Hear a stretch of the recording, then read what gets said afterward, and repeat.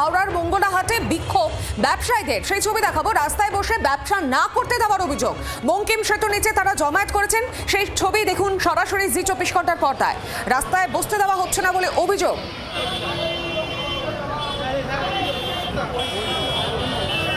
আরো বিস্তারিত জানি, সরাসরি আমার সঙ্গে রয়েছেন প্রতিনিধি অয়ন ঘোষাল। অয়ন, ঠিক কি অভিযোগ করছেন তারা? এই মুহূর্তে ঠিক কি ছবি উঠে আসছে? প্রত্যেকবারই বসার ক্ষেত্রে তাদেরকে পুলিশের অনুমতি নিতে হয়। তারা সোম এবং মঙ্গলবার সকালে 1.5 থেকে 2 ঘন্টা করে ব্যবসা করেন।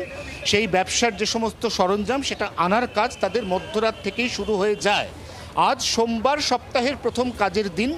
মংলাহাটের প্রায় 38,000 ব্যবসায়ী যখন দোকানে এসেছিলেন বা আসছিলেন, তখন তাদেরকে পুলিশের পক্ষ থেকে জানিয়ে দেওয়া হয় মংলাহাট, যেখানে দোকানগুলির কোনো বৈধতা বা লাইসেন্স বা ছাড়পত্র নেই, সেখানে আর ব্যবসা করতে দেওয়া হবে না। ঠিক এরপরই আশঙ্কিত হয়ে পড়েন ব্যবসায়ীরা। তাদের একটা প্রতিনিধি দল এই মুহূর্তে হাওড়া থানা তার সামনে এসেছেন। পুলিশের সঙ্গে তারা কথা বলার চেষ্টা করছেন, কারণ বসতে না দেওয়ার সিদ্ধান্ত পুলিশের।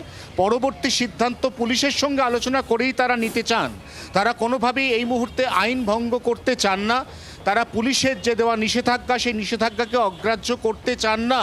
তারা প্রত্যেকেই বলছেন যে সরকার এবং প্রশাসন সহানুভূতির সঙ্গে বিষয়টি বিবেচনা করুন, কারণ মংলাহাট অফিসের যখন মূল অফিস আওয়ার শুরু হয় তার আগেই এই হাটের কেনাকাটা, দোকানপত্র সমস্ত কিছুর প্যাক আপ হয়ে যায়।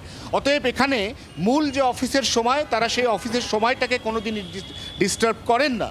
এই জায়গা থেকে সকালের সোম এবং মঙ্গলবার সাকুল্যে সপ্তাহের 2টি দিন তাদেরকে মংলাহাটে নিজেদের যে পুরনো জায়গা সেখানেই ব্যবসা করার অনুমতি বা ছাড়পত্র দেওয়া হোক।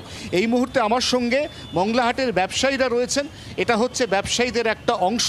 সব মিলিয়ে মংলাহাটে 38,000 এরকম দোকান বা হকারিং রয়েছে, যে হকারিং বা দোকানের সঙ্গে প্রত্যক্ষ বা পরোক্ষভাবে প্রায় 4.5-5 লাখ মানুষের অন্য সংস্থান ওতপ্রোতভাবে জড়িত।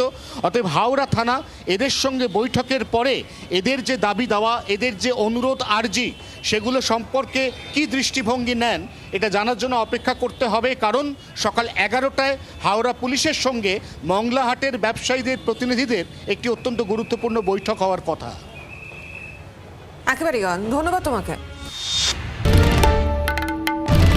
বাংলার আওয়াজ, বাঙালির আবেগ, জি 24 ঘন্টা।